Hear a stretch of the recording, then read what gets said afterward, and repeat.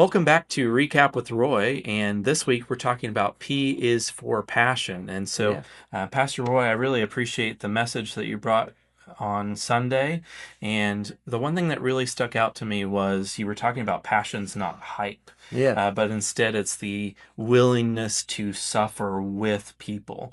And so I just wanted to talk a little bit further about that Yeah. and see what that means on a practical level for us as believers trying to share the love of Jesus with other people. Yeah, that's a great question, Stephen.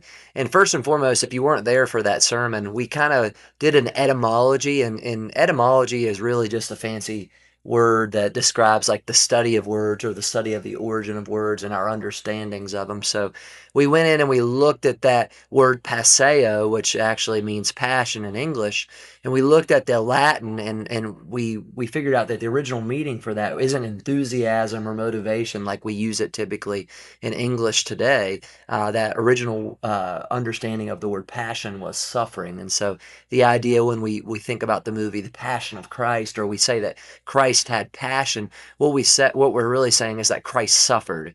And so the other side of that coin is compassion, and that root word that comes before passion in that word actually means with. And so compassion actually means to suffer with. And so when we think about that through the lens of the Bible, I think about Romans chapter 12. So in Romans 12, he's talking about like the word zeal, which is another word for passion. And he says, do not be slothful or lazy in your passion or your zeal, but be fervent in spirit and serve the Lord. And then I love what he says after that in verse 13. He says, contribute to the needs of the saints and seek to show hospitality.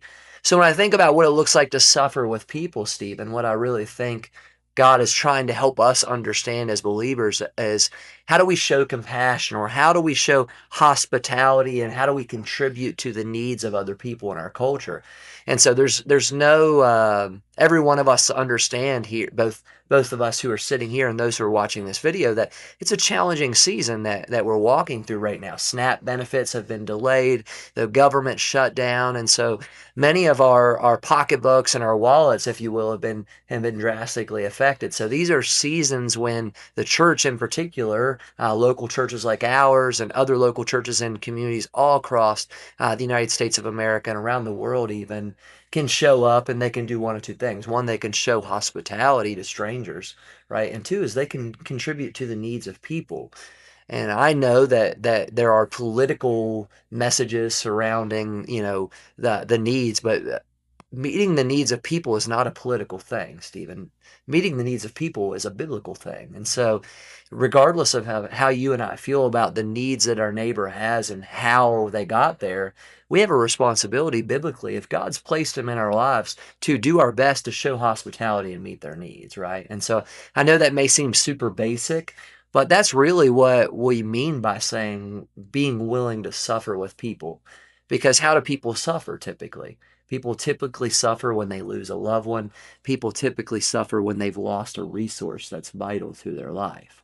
And so, would you agree with that? Yeah, I think that it is as simple as it sounds, Yeah. but it's still countercultural to what we see in today's society because we think of passion as being hobbies or something like that. But in reality, if we're sharing the love of Christ with other people, Yeah. we're actually going out and helping to meet the needs of those people in their everyday lives. So Yeah. I think Well, that's really important. absolutely. If you think about scripture, right, we have this parable. I think Jesus himself said it, where most of us, we would see somebody in need in front of us. Instead of stopping to help them, we would cross the road and walk down the other side and then cross back over after we passed them.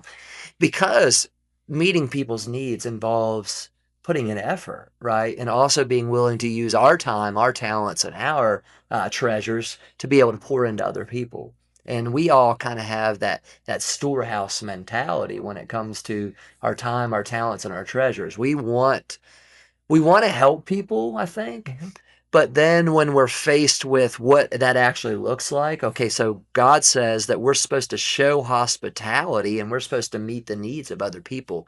Well, when we come to face with the opportunity, we realize it's going to cost us something. And so instead of being willing to give up that thing that it's going to cost, we kind of look at it and we think, well, I'm going to go in the opposite direction, or I'm going to cross the road here instead of doing what's essential for us. And so if you're watching this, I would encourage you to really embrace showing hospitality and meeting the needs of people that God has placed in your life. Because I'll promise you this, if you'll do it, you'll be surprised the way that God will provide for you. God has showed up in my life, Stephen, exponentially in so many ways by being willing to be the type of guy that is compassionate and uses his passion for God's glory, right? I know I'm enthusiastic. Would you agree with that? Yeah, I think you are. Yeah, like there's no doubt about that. People are like, man, that guy's got a lot of energy. He talks really fast. He uses his hands, but it's not false passion. It's passion that's motivated by being willing to get in the weeds and suffer with other people. And so I would encourage you, if you're watching this today, to be willing to do that, because that's what it looks like to meet people's needs, biblically speaking. Yeah, that's great. Well, thank you for that insight, and we'll see you back next week for Recap with Roy. Bye, y'all.